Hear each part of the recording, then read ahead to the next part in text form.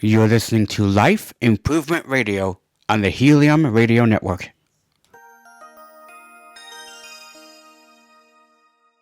Well, come on in. It's Storychime.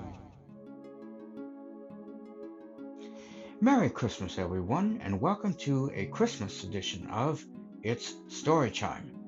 I'm your host, Chime Bear. These stories are guaranteed to help you relax, calm down, and think. And who knows, you might learn something along the way. And you can participate in these stories.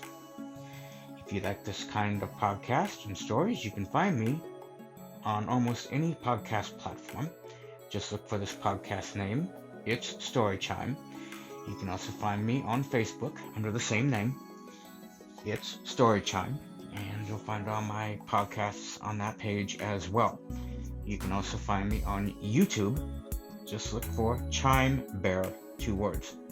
And feel free to subscribe to that channel, like, and comment on the podcast. And I will respond to those comments and suggestions for future podcasts. So, enough of that. Let's get into today's Christmas story. Unless noted otherwise, all stories are fictitious.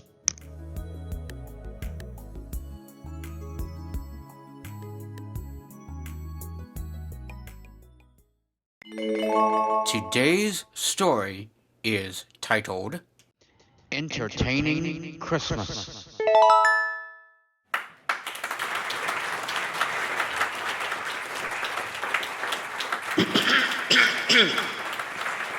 Ladies and gentlemen, my name is Jerome Peters,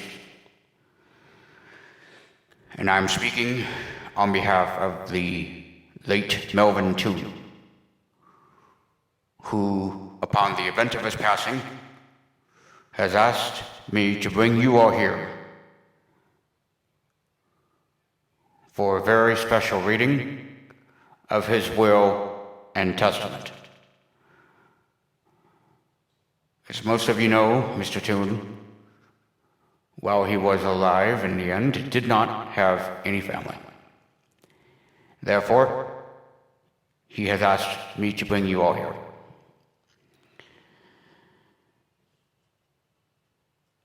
Mr. Toon gave me a video shortly before his passing that he recorded when he was of sound mind. So, without further ado, I will turn this over to Mr. Toon. So, in the back, if you could please roll the film, we'll get this going.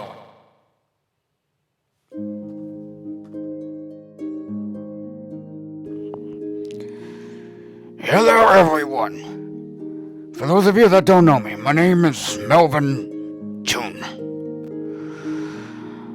Or in these parts, I'm known to my friends as Mel.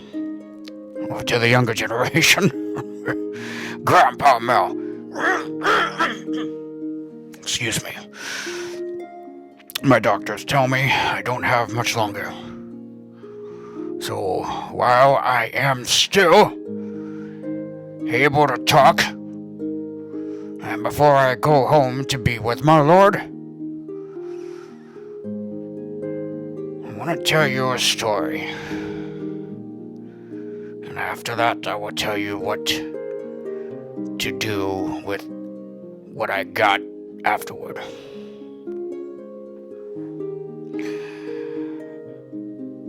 Some of you know the story, and a lot of you don't.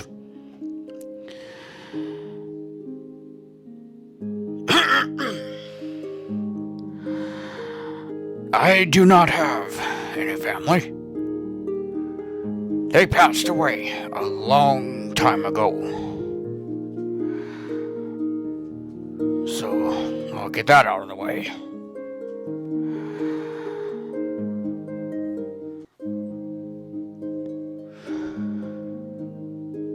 Sorry, folks, I had to take a breath before I start. Anyway, the story takes place about 10, 15 years ago when I was still operating my little shop. Mel's mouth-watering melts. It's on a Christmas day.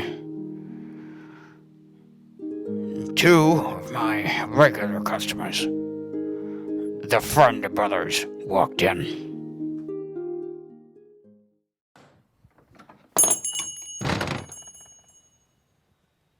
Good morning, Dan.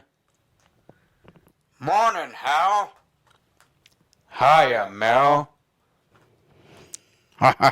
Morning, boys. What do it be this morning? Your usuals? The usual, yes, Mel. Okay, I will step in the back and get them.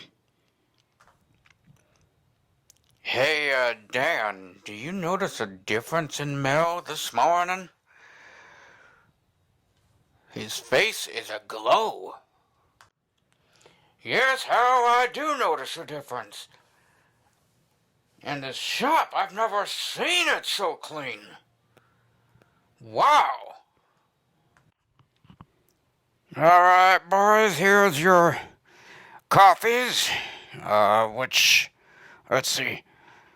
Dan, if I remember correctly, you got the macchiato, and Hal, you got the latte, if I remember correctly. And here are your melts, your cinnamon rolls. Here, I'll join you as well. I got mine. Thanks, Mel. Hey, Mel, I notice your face is a-glowing today. What's up? Yeah.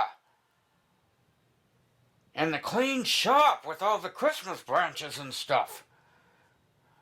Oh, Mel, we would like, to invite you to our places for Christmas dinner. Well, boys, I'm gonna have to decline your invitations. You see, today while I was reading my Bible and praying, the Lord appeared to me in a vision and said that today he would be my Christmas guest. So I spick and span the shop up and get some things ready for him. And I'm looking forward to having the Lord as my guest. But I do have some things for your family, so I will step out and get them. Well, Dan, being he's not coming with us tonight, why don't we put our presents over there under that nice fir tree? Wow. Good idea, Hal. I'll go ahead and put mine there and you put yours on the other side. All right, boys, here you go. You can take these to your family. And there are some oranges in there for you to have with your Christmas dinners tonight. Hope you enjoy them. Thanks, Mel.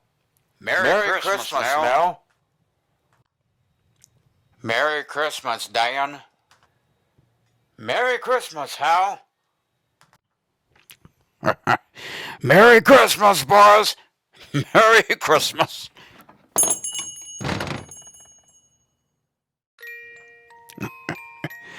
I'll always remember those two. Well, after they left, I cleaned up the shop a little bit more. And sat down and waited for the Lord to show up. Well, some time passed and I noticed it was getting colder. And I heard a sound coming outside my door, so I went to see what it was.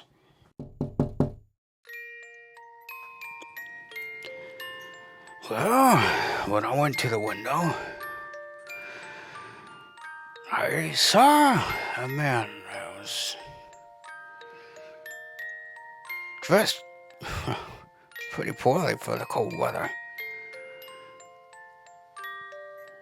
His shoes were pretty much tattered, ripped, and holes in his clothes, and also he had no coat. I could see he was shivering. So I opened the door and let him in.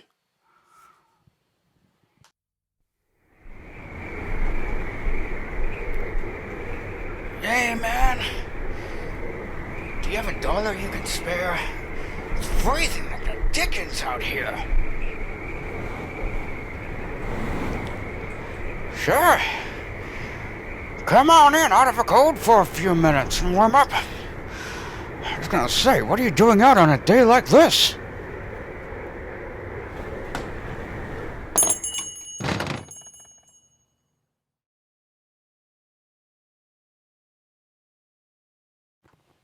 Hey, man.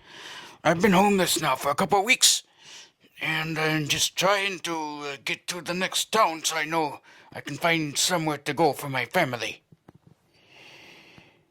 They are waiting for me, but I've been slow going since I've lost my home. Well, sorry to hear about that. Not a good way to be on Christmas. And I'm sure your family doesn't want to see you like this. Tell you what, I have some shoes here in the back that'll keep your feet a lot warmer than what you got on. And I also have a coat. I'll get that for you as well. Tell you what, this will really keep you warm on the road. Here, take this with you. It's a cinnamon roll that I just made. And there's a travel cup of coffee. You don't need to return this. Take this with you, and you get on going down to the town. As a matter of fact, I'll give you more than $1 if you... From what you're saying, you're trying to go to the next town. Well, walking's not going to get you very far in this weather. Here, here's 10. Go down onto the train station. And if they question, if you don't have enough for a ticket, you tell them Mel sent you. They know who I am. And you get on that train, and you get to your family this Christmas. Because that's where you need to be, you hear? Thank you, sir. I greatly appreciate it. This will help a lot, that's for sure. And yes, this coffee will keep me warm. I'll get down to the train station. I can't wait to get to my family and home now. Thank you. Merry Christmas, sir.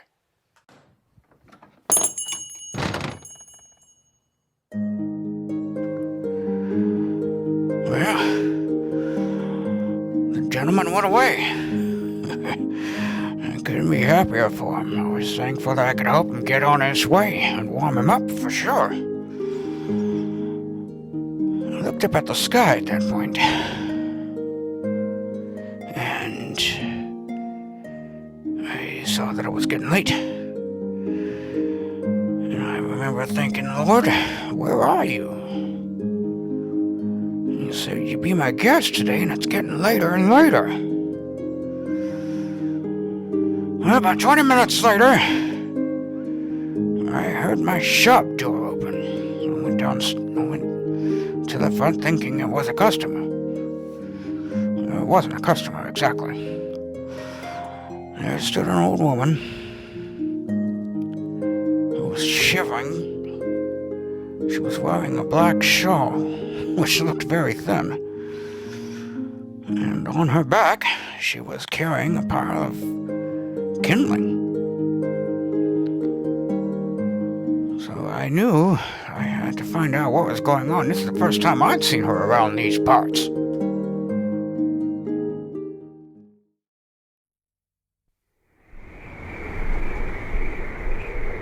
Smells good in here. A liquor shop. It smells like Christmas. Look at all these branches. But please don't send me away. I didn't come in here to gawk at your shop. I need to rest for a while. I've been hauling this kindling on my way home. So if you don't mind, I'd like to rest for a while.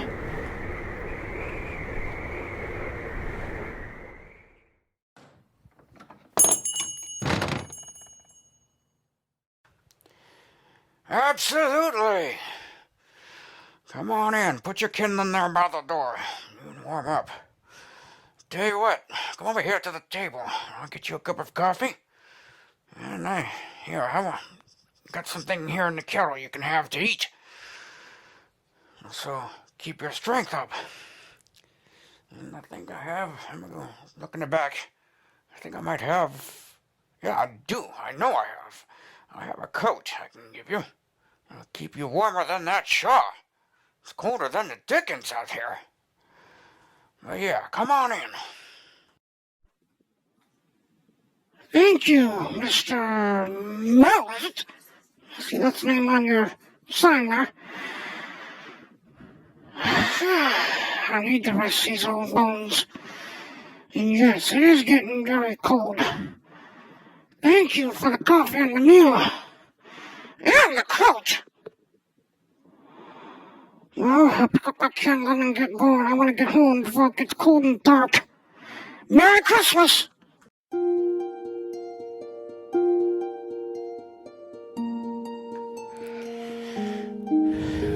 Well, I wished her a Merry Christmas and sent her on her way. I was happy I was able to help. But I was getting a little worried. Because it was getting later and later, and I felt sure I'd heard the Lord say he was going to be my guest on Christmas Day. Well, a little while later, I went around and checked the front of a store, and I heard a little voice outside my door.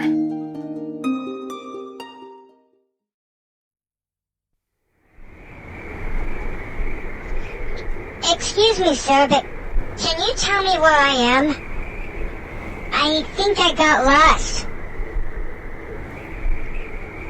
Hey, little one, what are you doing out here? It's cold. Yes, you are at Mel's Mouth-Watering Melts. Tell you what, why don't you let Grandpa Mel here? We'll try to find your family. Do you know where they are? Yes, Grandpa Mel. They went to that big building at the edge of town.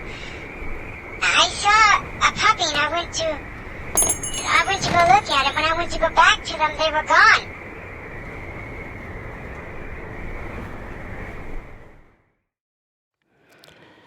Yes, I know the place. And I think I know what puppy you're talking about. That one in the shop window just down the street.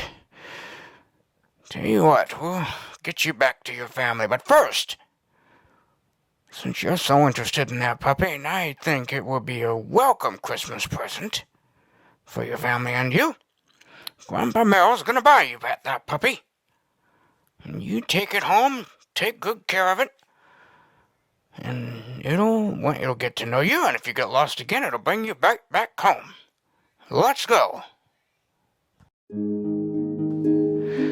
Well, I stopped off at the pet store that had that puppy the child saw. I bought it. I'm just about ready to close, too. Well, I knew the place where the child lost their family, so I went down there with them. And I walked in, and I found two people waiting inside the foyer of the place. And I could see the looks on their faces. They were worried and desperate, trying to find their child.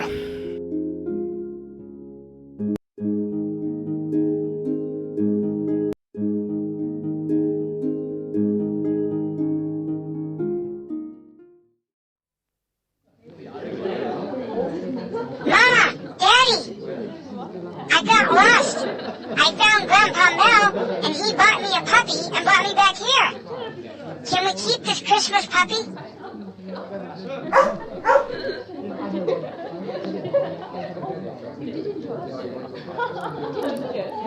Where have you been? We've been looking all over for you. And yes, child, we can keep the puppy.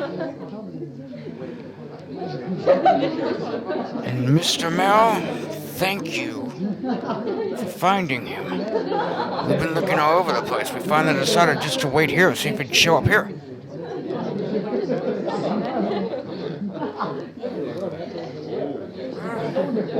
Glad I could help. This is how your child got lost. He was looking at this little puppy right here. Found me. I got the puppy, brought him back here to you. You take him home. Train that puppy. He can help you keep an eye on us. From getting lost next time. You guys are good parents. It happens. I was a parent myself a long time ago. So hey, you take care of him and you get that puppy trained well. Merry Christmas. Well, I went back home with a very heavy heart, even though I was happy that I had helped that little child.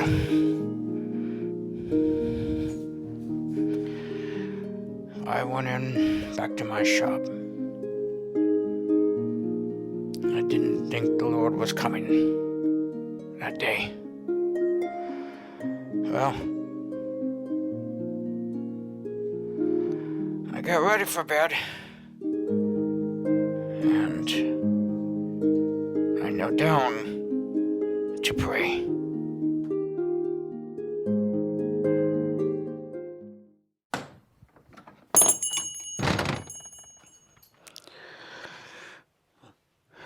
Lord, where were you today? I had everything ready for you. I was looking forward to seeing you face to face. Why didn't you come? Or did I misunderstand?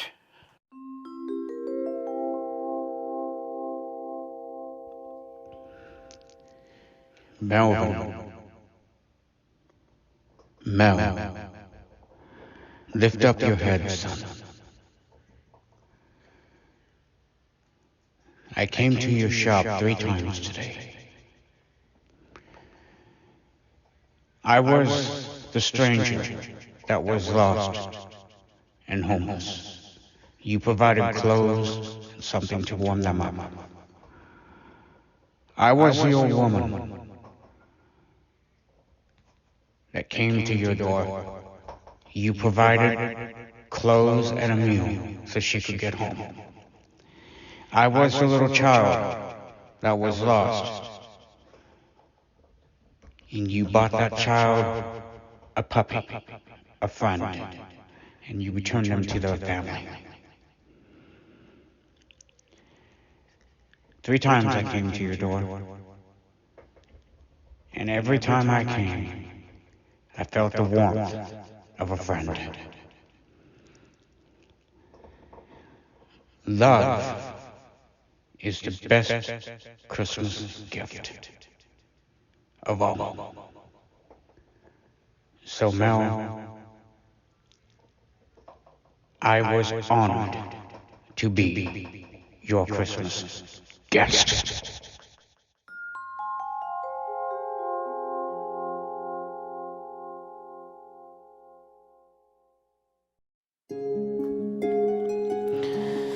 Well, that's my story. Now, here's what I want done with what I have. I would like my shop turned into a place where people can feel that love that I shared.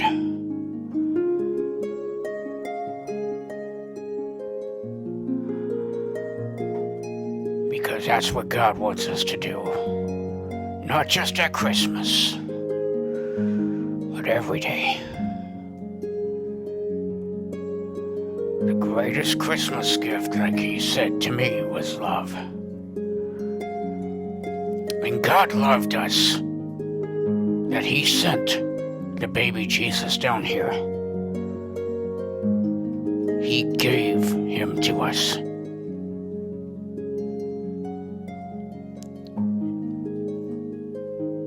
And Mr. Peter will tell you what to do with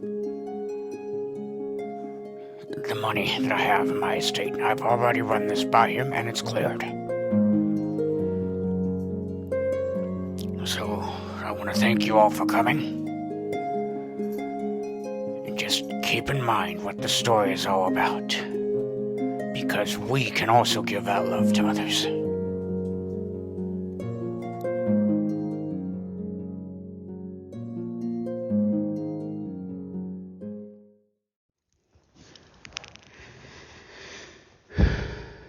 Thank you. You know, I got to know Mr. Toon for the last 5 years of his life. And as his close friend, confidant, and lawyer, I learned quite a bit about him. He was a very devout man, very Christian. And he always believed the adage, don't tell your left hand what your right hand is doing. In light of that, he left a very sizable amount of money, which most people didn't even know he had because he never talked about it, except with his closest friends, and I happened to be one of them, probably the only one left alive now. But what Mr. Toon has asked is that this money be given to people who really need it in help of getting equipment and things like that, especially for the disabled, for their lives. He asked that this money be given anonymously.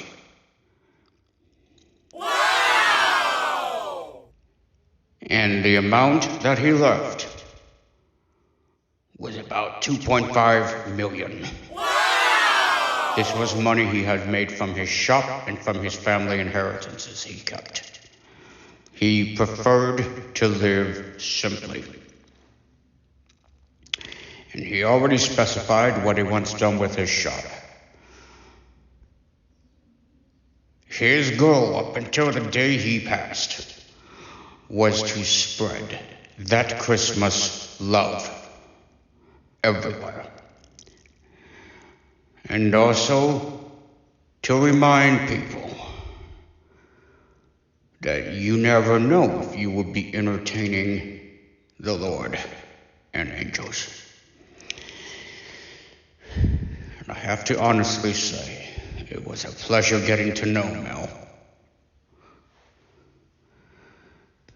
And he has asked that the board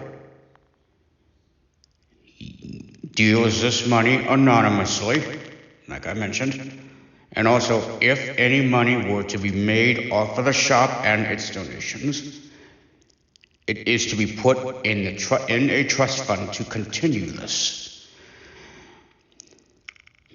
Mel has also set aside a separate fund for keeping the shop, which we're going to keep under his name. I have decided that. He told me I could decide that if I wanted to, and I have. There will be a separate fund to keep the shop running and maintenance. So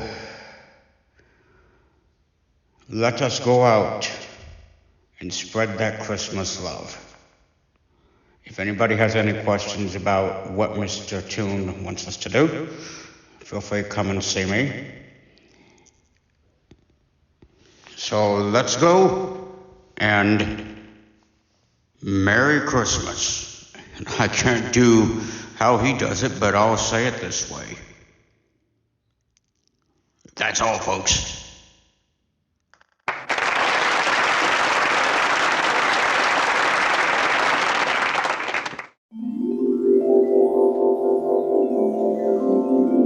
Hello, everyone. This is Chimers,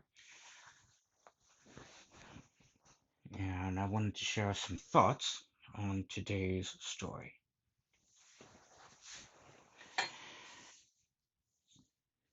As illustrated in the story, you can be entertaining angels or the Lord without even knowing it.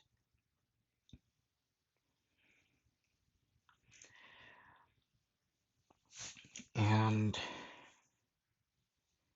the question that comes to mind, are we ready to entertain people like that? I'm thinking back in Genesis, when Abraham saw some strangers coming. He was ready for them. And he didn't know at first who he was entertaining. Just like Mel did in today's story. And he was ready for him. Are we ready to entertain strangers and the Lord? What if the Lord came to your house? What would you do? Well, a lot of the time he does come, and we don't even know it. And this is something we shouldn't just do at Christmas. We should do it all year round. And also, Mel demonstrated in the story, even though they were strangers, he still loved them and gave to them what he could. And that is also to be our attitude, and we can learn from this. We can learn from the biggest giver and lover of them all, and that's God. It says in John 3:16, "For God so loved the world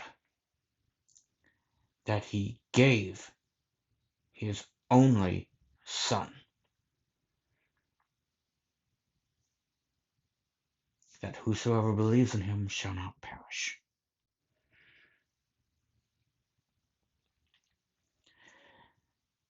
At Christmas, a lot of people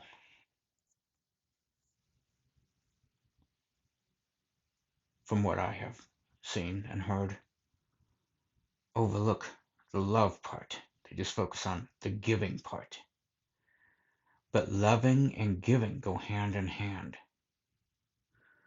And we are to not only love at Christmas, but all of the time. Same with giving.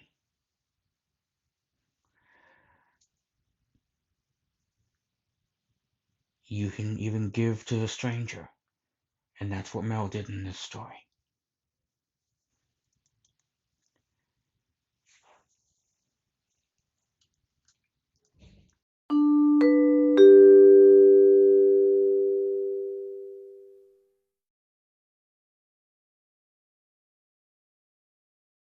Now, a reading of the poem that today's story is based on.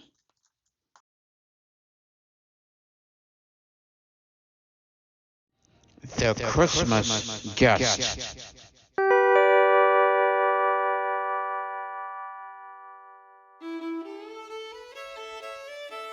The Christmas Guest.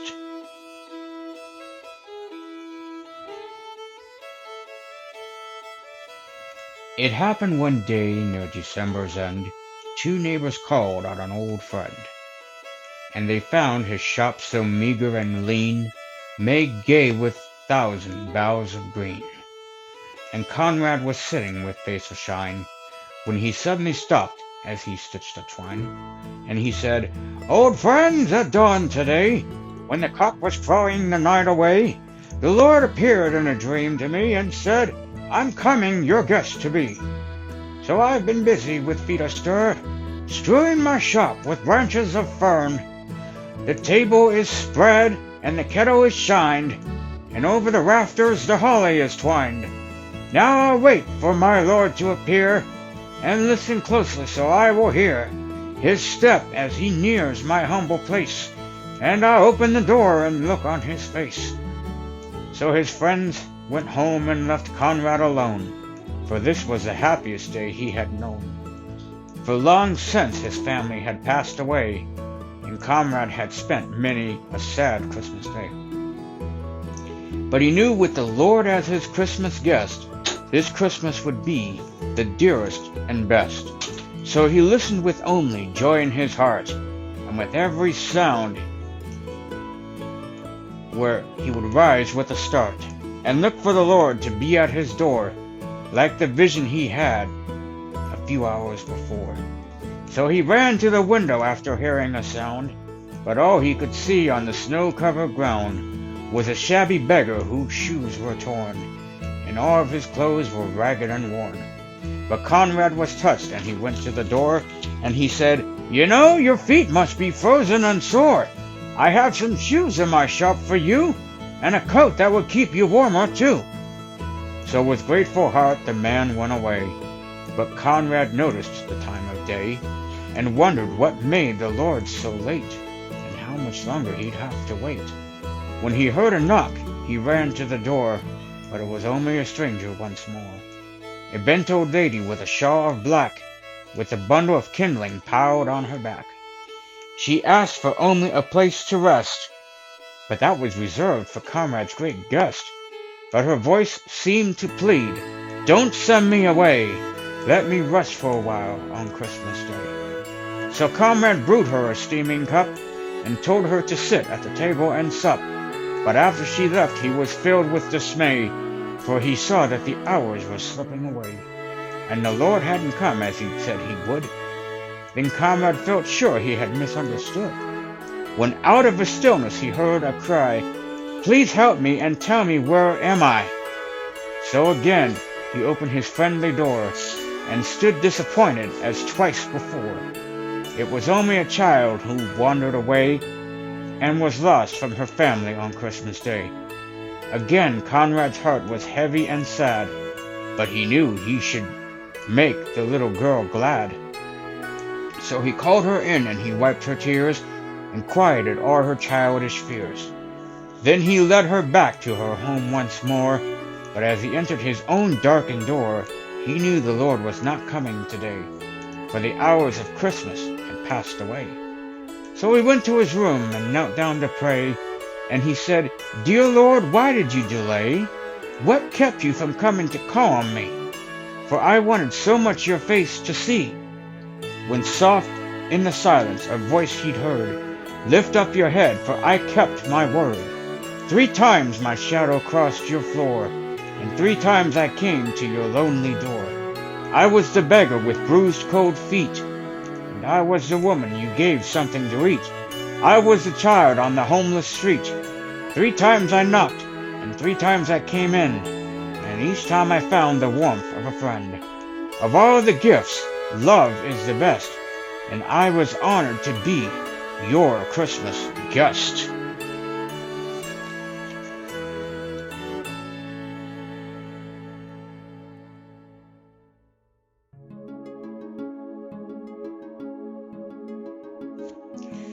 I hope you enjoyed today's edition of It's Storychime. If you like these kind of stories and podcasts, you can look for me almost on any podcast platform. Just look for Chime Bear or It's Storychime. You can also find my Facebook page called It's Storychime, and you can like and check what I put on that page, which is usually the podcast, and also if you want to comment on them, and I will respond to those. You can also find me on YouTube. Just look for Chime Bear, and I think you can also look for It's Storychime again, and you can find it that way. Storychime is one word. And you can subscribe to that channel, like, and also comment on the podcasts, and I will respond to those. So, without further ado, I will say Merry Christmas, and we will see you next year.